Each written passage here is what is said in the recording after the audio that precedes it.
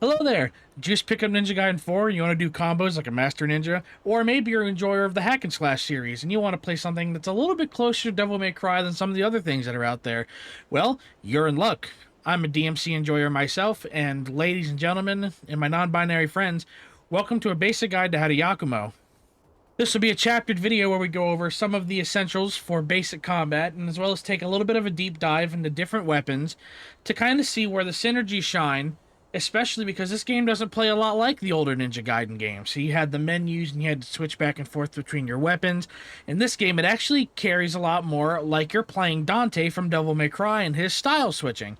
It is instant, and it can be done to cancel out actions and switch weapons on the fly. And with that in mind, some of the combos you can do in the air get really crazy, and today, I'm here to show you that. But before we start going too in-depth, you can't do combos if you're getting hit. So to start off, we'll talk about some basic essentials to help you on your journey to start being a Master Ninja. To start off, we're going to talk about some universal ways of staying safe during combat. And probably the most effective way to still do damage and be safe is with your ranged attacks. Every weapon has access to the shuriken during combat. It's a good way to poke out some of the smaller enemies, as well as extending combos when we get in the air, and we'll get to that here in just a little bit. I promise, stay with me, it'll make sense.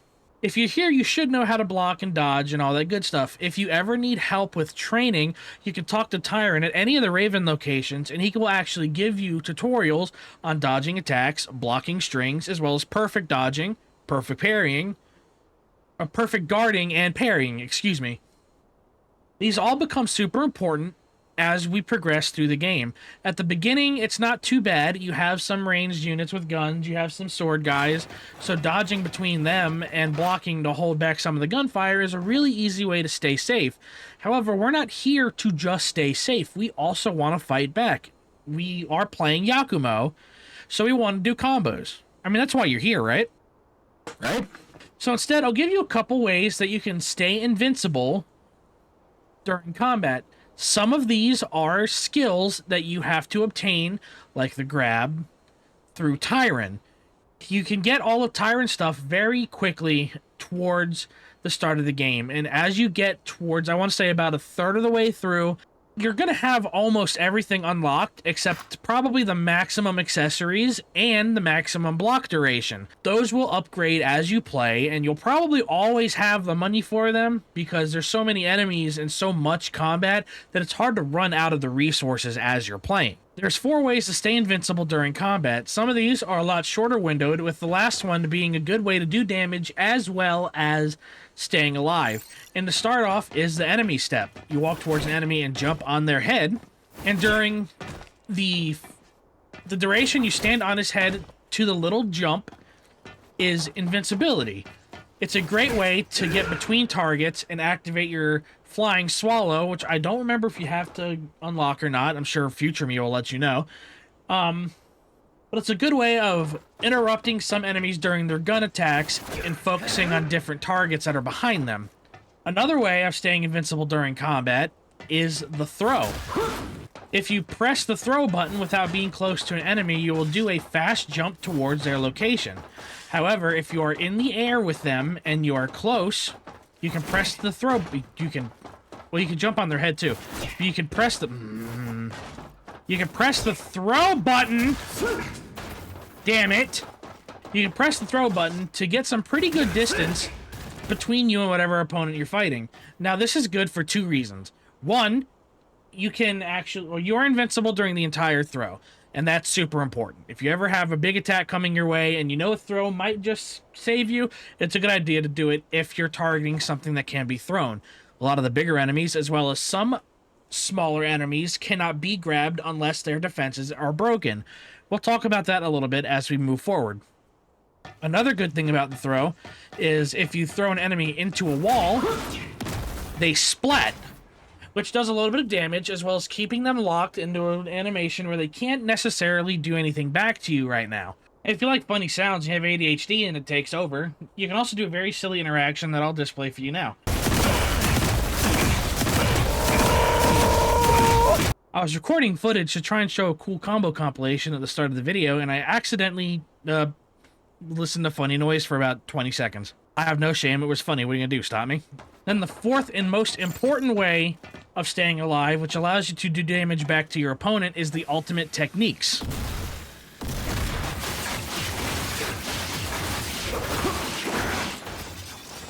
It's a string of constant combat that keeps you immune.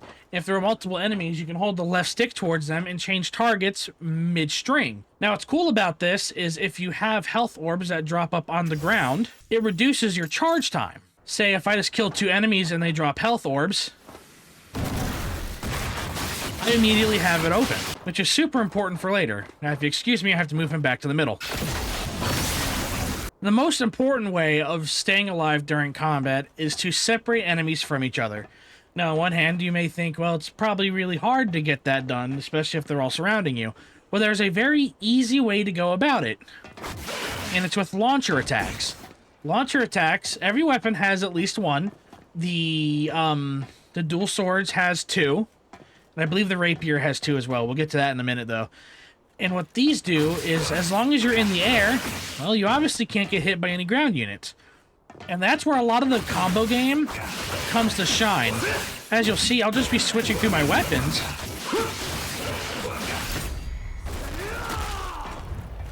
And just like that, we had a basic combo string that left me in the air for a good while and ended off with a grab. The Azuna drop is also another way to stay invincible. I just didn't include it yet because, well, we weren't airborne yet. And the only way you can use the drop is if you're airborne. You can start it off from a launcher combo, or if you really like juggling enemies in the air,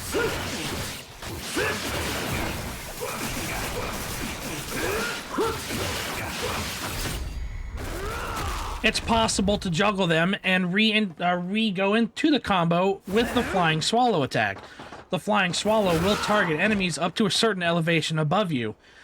Now that we've covered the basics of survivability and something you can use with every weapon, let's take a moment and dive a little bit deeper into each weapon individually and their special bloodbind attacks to really see where these all fit into your combo strings and to see where we can take each of them moving forward. And to start off is Yakumo's main weapon, the Takeminakata. I hope I said that right. I'm sorry. These are Yakumo's starting weapon, and they're pretty simple, all things considered. They have a very nice starter moveset, which is very reminiscent of kind of how it feels to start off in a Ninja Gaiden game. You have your bare bones swords that have everything at their disposal, but the main difference between this game and Ninja Gaiden 2, I'm going to use it because Ninja Gaiden 2 Black just came out recently, is you have access to all of your standard combo attacks without having to upgrade your weapon. Now, where you miss out is every weapon has directional input attacks. You have your back forward, X and Y, or square and triangle. You have your spins. And the Bloodbind has 2 extra ones that you can do, which is the Bloodbind Jump and the Bloodbind Dash. Again, we'll talk about that a little bit more. But to start, these are very easy weapons. They've got a couple good strings. They're not super special, but they're very useful tools. These weapons also get multiple ways of getting airborne. You have 2 strings that can get you airborne, which is your square triangle, or 3 square triangle attacks, to put them in a launched combo state. Now, be warned, you cannot do your normal square string in the air. You only get 1 hit if you do the triple square combo, which does go directly into the final hit of a string, like the Azuna drop, or the downward slash if maybe that target is dead and you don't want to combo off of him anymore. Which brings up a good point. When a target is dead, they no longer offer you combo points. And combo points are important because it gives you karma. This karma you earn mid-combat goes towards unlocking skills with your weapons. Unlike buying them at the store in previous Ninja Gaiden titles, you upgrade your weapons through karma. This karma varies depending on the enemies and depending on some accessories that you can get, which will convert any money game into karma and vice versa. Karma, like I said, unlocks all the directional input attacks, and these attacks are pretty good for this weapon. You have gap closers, you have knockbacks that dodge too, because this one goes up in the air.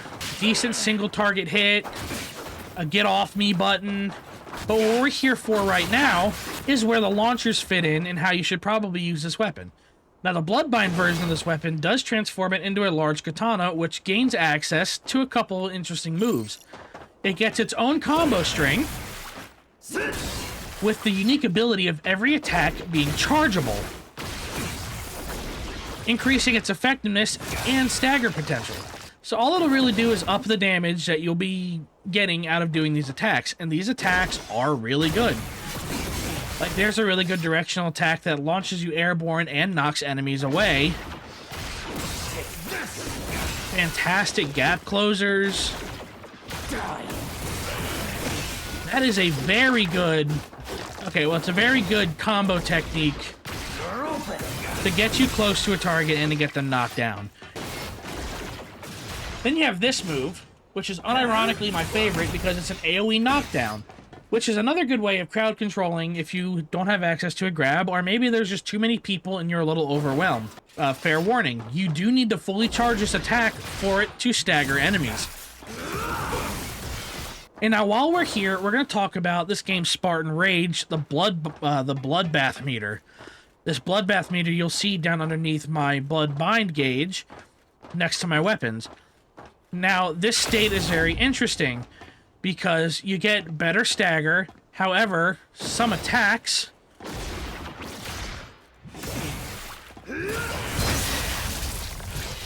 are able to do bloodbath kills, which is an instant kill on a lot of targets if they don't have a health bar, or... Well, yeah, no, I think the only restriction is if they have a health bar, they don't die to it.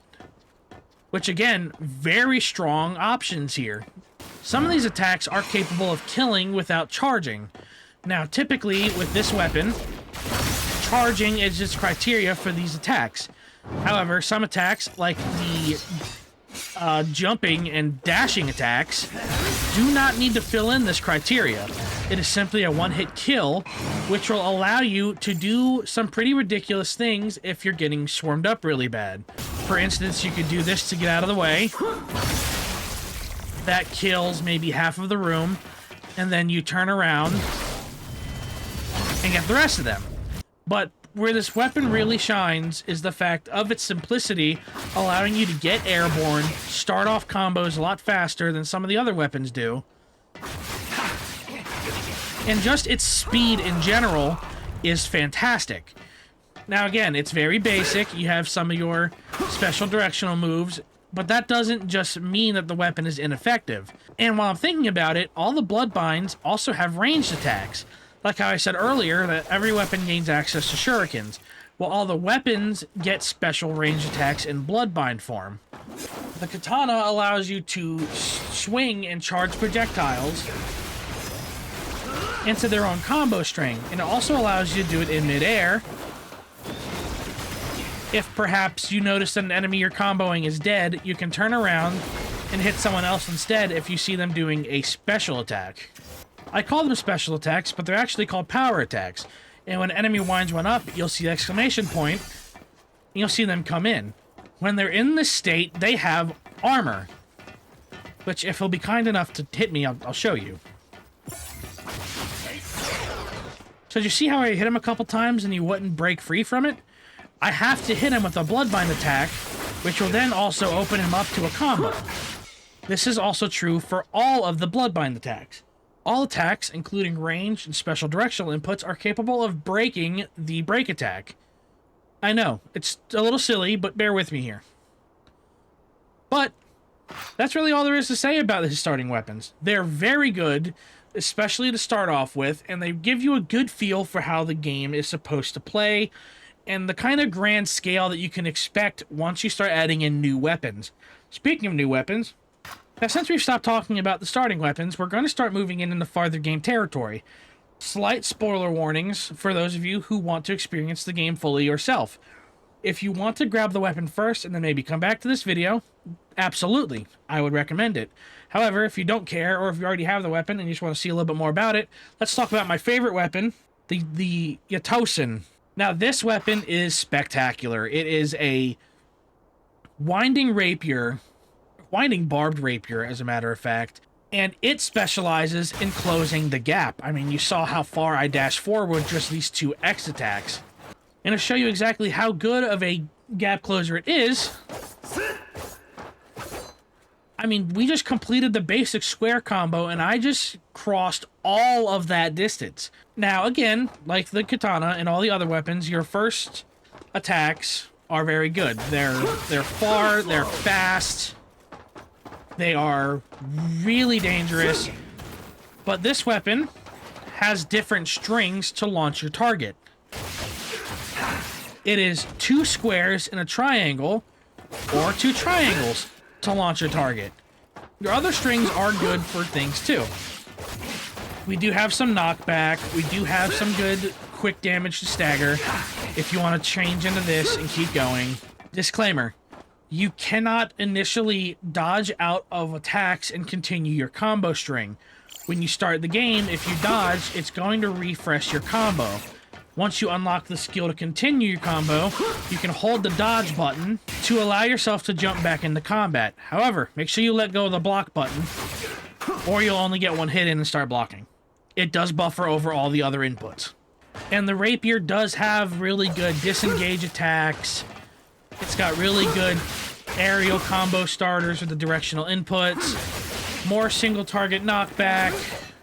You have a wonderful AoE clear that allows you to target an enemy in particular to move him out of combat, which allows you to follow up with a flying swallow afterwards so that you can separate him and keep the string going.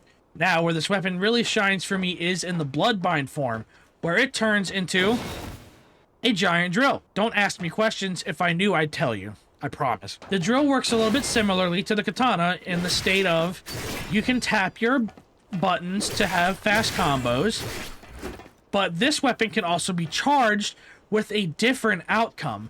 Instead of you readying an attack to be hit,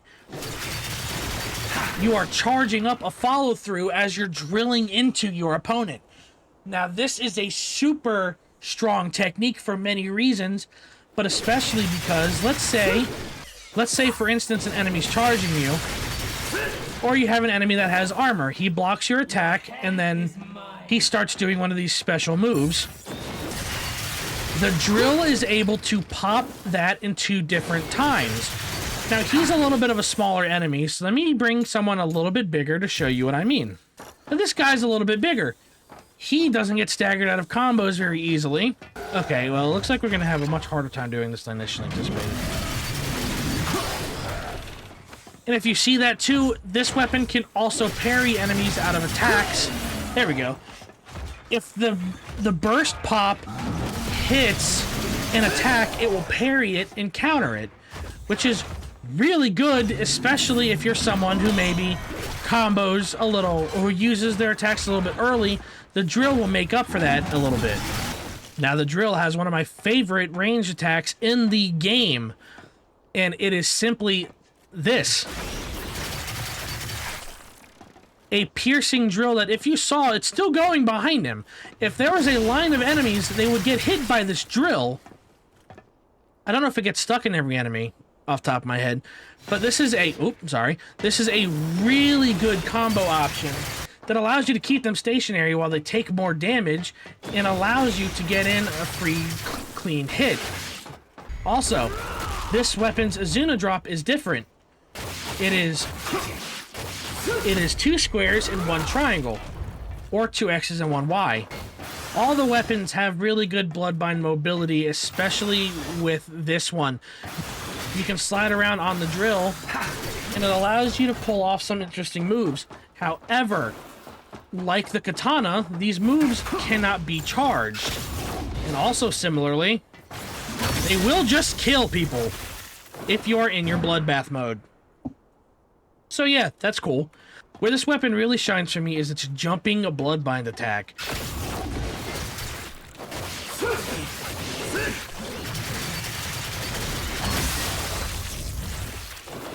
this jumping bloodbind attack, as I'll show you towards the end of the video when we do a little bit more of a combo showcase, not only you get a little dash forward, so if you have an enemy like launched up in the air,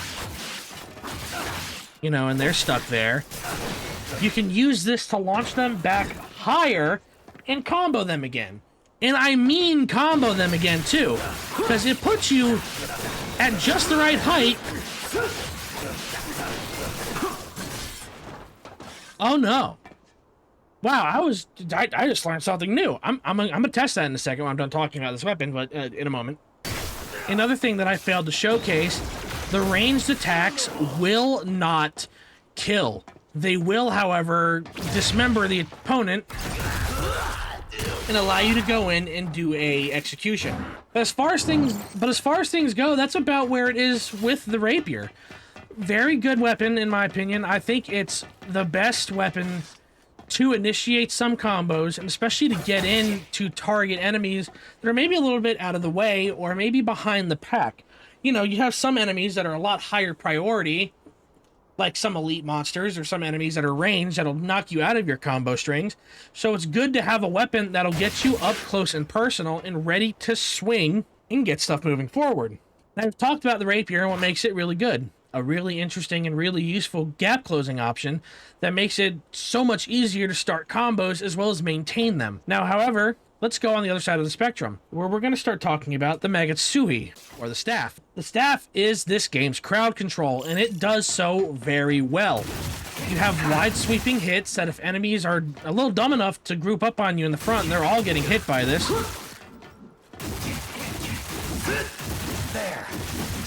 Even there, you see that really good combo strings for getting enemies off of you and putting them where you want. Now again, this weapon's Zazuna drop only comes from the 3 square 1 triangle input, which will be then repeated in the air. Really good strings for keeping enemies away from you and probably in spots you'd rather them be, especially because, like the throws, you can toss enemies in the walls and then let ADHD take over. The directional inputs are relatively the same. You have really good crowd control knockdowns to start, as well as a free launcher and a free knockback. Again, a weapon that specializes in crowd control, but only gets better from here. You like Reinhardt?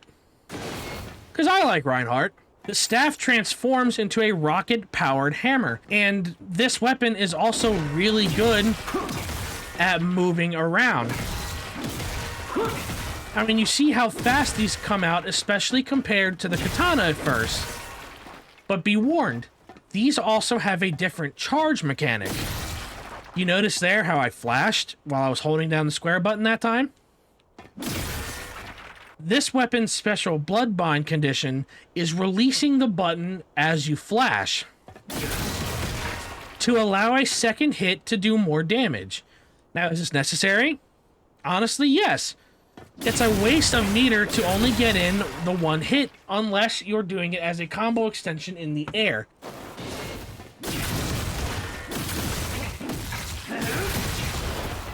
But this weapon also does shine in crowd control. I mean, we have a really good launcher.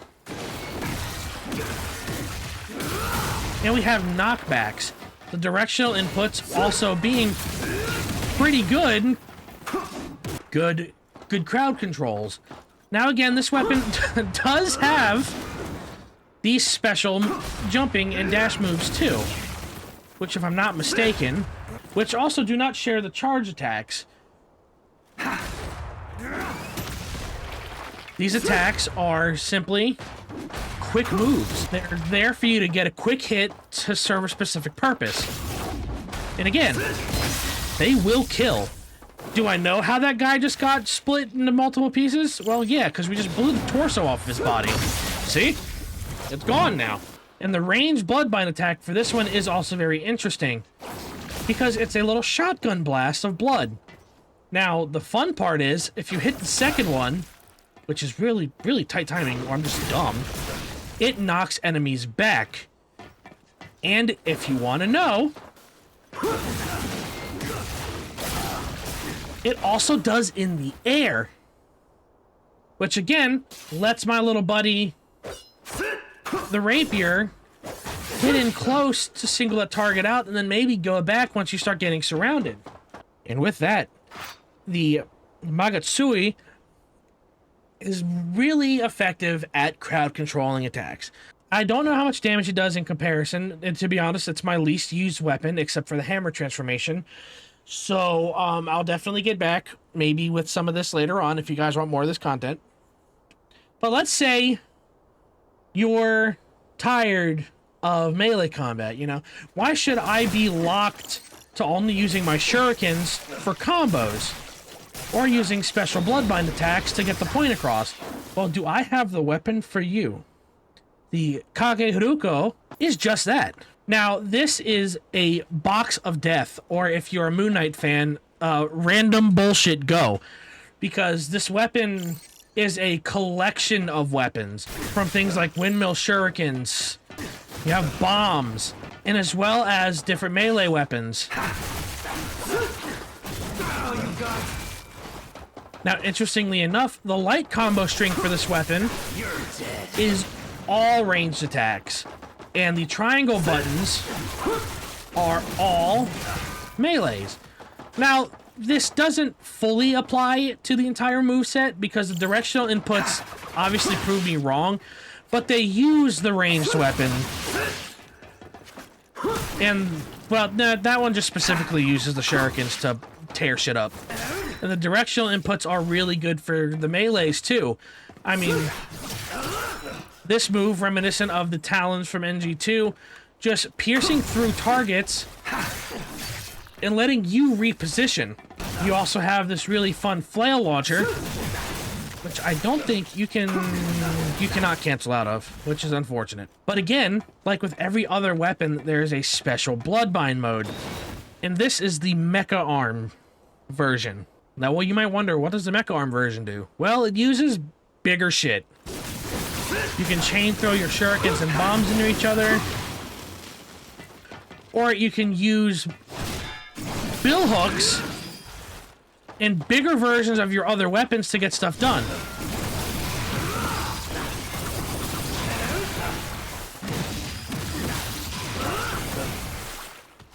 And these weapons are super fun. Their bloodbind directional attacks also being really good at AoE clearing, disengaging if maybe you're having too much trouble with a certain elite enemy.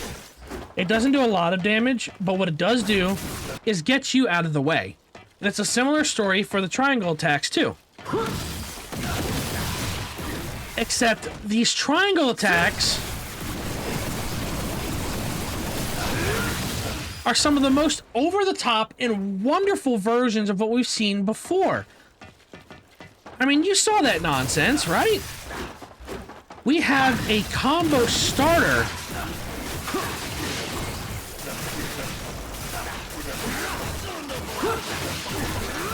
not all the weapons have really good combo start options like that from one of their directional inputs. And I mean, this one just looks so cool. Probably the most reminiscent to a Devil May Cry launcher that staggers them into the air and then sends you both up afterwards. But where this weapon really shines is in its ranged bloodbind attack. You've seen me do it earlier, and you're probably thinking to yourself, well, what's so special about it? Well, I'll tell you. They're mines. Not only are they mines, they're combo starters and combo extenders. I mean, just picture this with me for a moment. You see what I mean? Is there an enemy that you're getting really sick of? Well, just, if he's launchable, launch the idiot. Launch him again. Azuma drop him. What's he gonna do? Stop you? And also, for the record, I didn't mention this earlier. It is a 2 square 1 triangle input. And you might be wondering, why is it so important that I'm telling you this? It's because it's the signature move of Ninja Gaiden that does some of the most damage for a single hit, as well as keeps you fully invincible. I'll put in a little bit of my short against Ryu, and I'll just let you watch the health bar.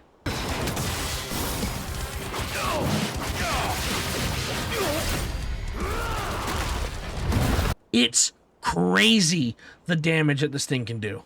However, it has a caveat. As you can see, it's not popped up there. I can either relaunch him, or the best option is to exit the Bloodbind mode in the air and throw shurikens. Shurikens are great combo extenders, which, again, you'll see in a little bit. Don't worry, I got you covered. All right, this is Future Dalton. I forgot to showcase the fact that this still kills. Yeah, and like the hammer, it also shares the let go when flashing. So yeah. Back to current Dalton. That is the random box of death, the Hage-Hiruko. Now, here is a massive spoiler, even more so than everything else, because this weapon is only obtainable for the final mission of the game. And then after you beat the game, you have to go back to do all of the boss trials on any difficulty to re-unlock the weapon to use. And that, my friends, is the Ryu mirror match. The OG moveset, Yakumo's very own Dark Dragon Blade, which is a 1-to-1 replica of combos from Ryu and his Dragon Sword. Now, there are some things, I mean, this game keeps Raging Destruction, and it also keeps Instant Flash, which if you're an OG player, you know how good those were. But let's talk a little bit about it. If you're new, you probably need this segment a little bit more than some of the people who have played Ninja Gaiden before, but if you're still interested, this weapon is just like the old games, and that combo string is what you need. It is 3 squares and a triangle. Now, there is an exception to this, which we'll cover in the directional movements of this, but this weapon is just pure aggression and speed locked into a sword frame. I mean, just look at this. Doesn't that look insane?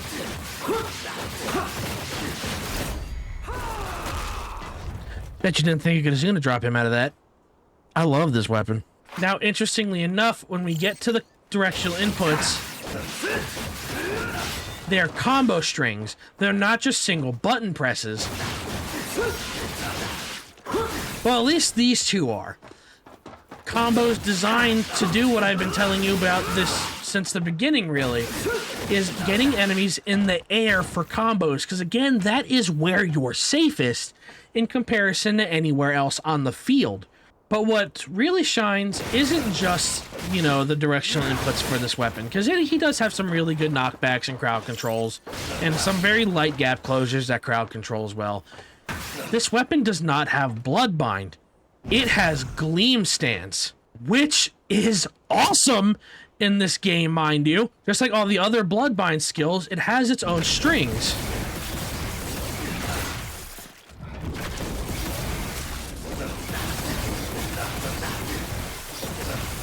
Of course, being, you know, special to that weapon. God, I did not realize how good that attack was. Wait, can I? Please hold.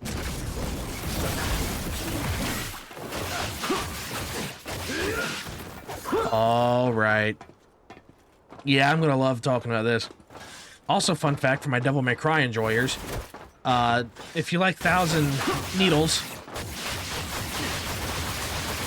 Rapier has that too. Now, what's really interesting about this, you know, is you obviously have your directional Bloodbind attacks, which are all very good.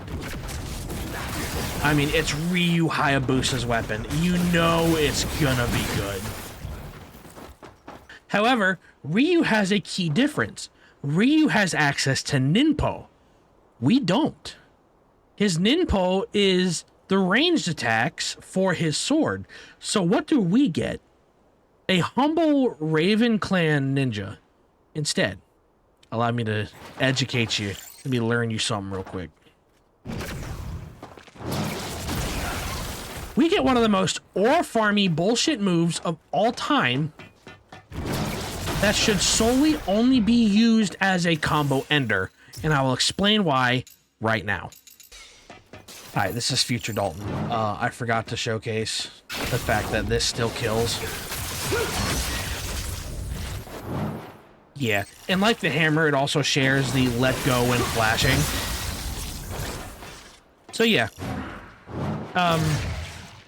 Back to current Dalton. One of the things I haven't mentioned yet is how you cycle through your weapons. You cycle through your weapons by using the D-pad inputs, like if you're a DMC player, like you're changing through Dante's styles. You can even see kind of that reminiscent, I'm pressing the button so the sign goes up that way. You know, like Trickster or like Swordmaster. You got Royal Guard, you've got Trickster, and you've got Gunslinger. And now this is where I make my comparison to DMC4. To access the Dark Dragon Blade, you have to press whatever weapon you're holding a second time. Like your Dante pulling out the Yamato, which is awesome, mind you. I love that. But look at you now. You have a little bit of knowledge on how each of the weapons work, kind of how they interact with their Bloodbind skills and the normal combo strings. You know how to Azuna drop, but what's really important is you learn how to bring it all together. Now, this is going to be a little bit more of an advanced section to just kind of point out how to combo, and especially what you should and should not do while you're comboing in the first place. Very important that you know this now. I'm going to use this weapon to demonstrate. As you see, the combo ends there, right? If I switch weapons, do an attack, and go back, I cannot use the square button combo again. However, I can use the Bloodbind skills instead. Now, this is super important, as you'll kind of see when I do a long combo example here for you in a moment. There are ways to reset this. You can obviously land and go back up.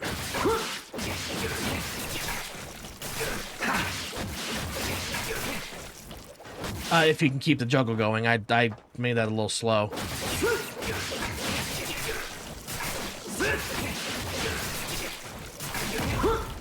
Okay, well, he wall slammed there, so I had little control. You get the point. I mess up a lot of combos forgetting that the square attacks can't be repeated. Now, in training mode, we have it set to have infinite Bloodbind gauge, just to really show you what's possible. Another important thing for you to note is that it's possible to hot swap weapons mid-combo.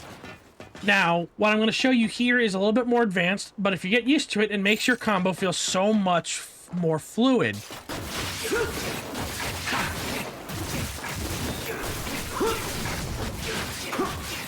As you can see, I take a moment and I trigger the Bloodbind state just to cancel my animations while switching to a weapon. It's possible to repeat your strings, but it shines in letting you switch weapons really quickly in the midst of combat. But again, even with your Bloodbind, if you do an attack, you can't do it again without resetting. So just bear that in mind as you practice your combos. You will probably drop them a little bit, and that's fine. Where this game specializes is skill expression, and nothing shows that off better like taking a moment to enjoy a combo. I'm going to attempt to replicate one that I did while I was streaming to my buddies the other day. So let's see what happens.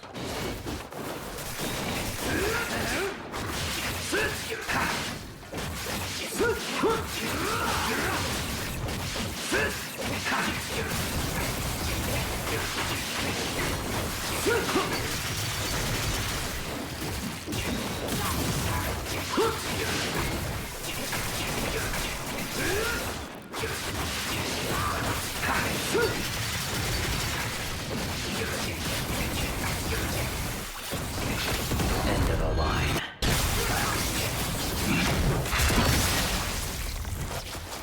As you can see, the cancel isn't really necessary unless you want to speed up your combos a little bit. However, that combo is just one of the many instances of what's possible. The combinations and potential here is almost infinite.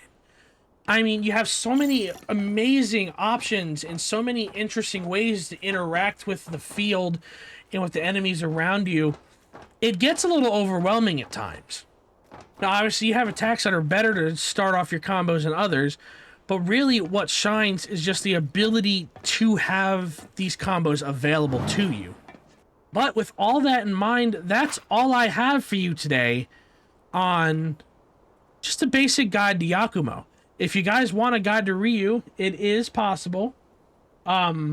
He doesn't have as much as he did in the older games right now, so the video won't be as long. What I can do is I'll end this video off with a little bit of just more combo showcases. If you liked what you saw, please feel free to like, share it. If you have a friend who you know is getting into the game and maybe they need a little bit of help, or if you just enjoyed what you saw, let me know. Let me know what else you'd like to see. Thank you guys for stopping by.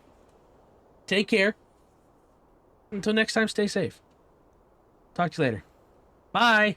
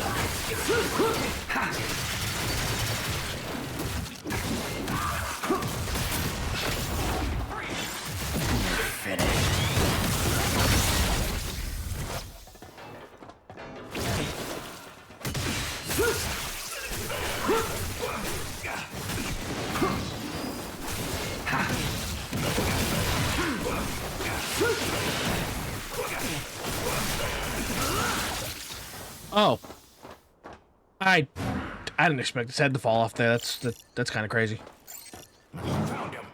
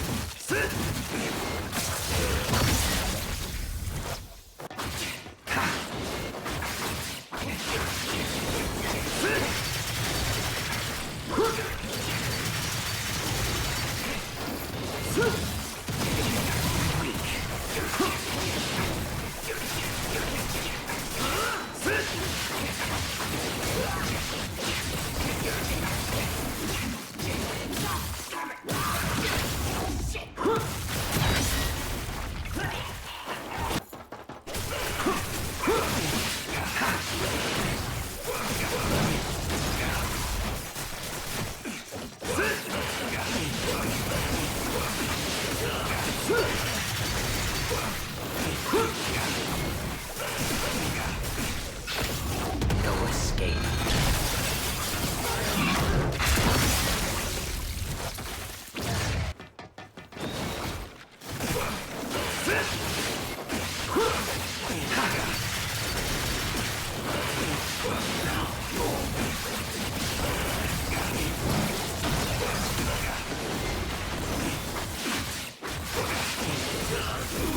Look!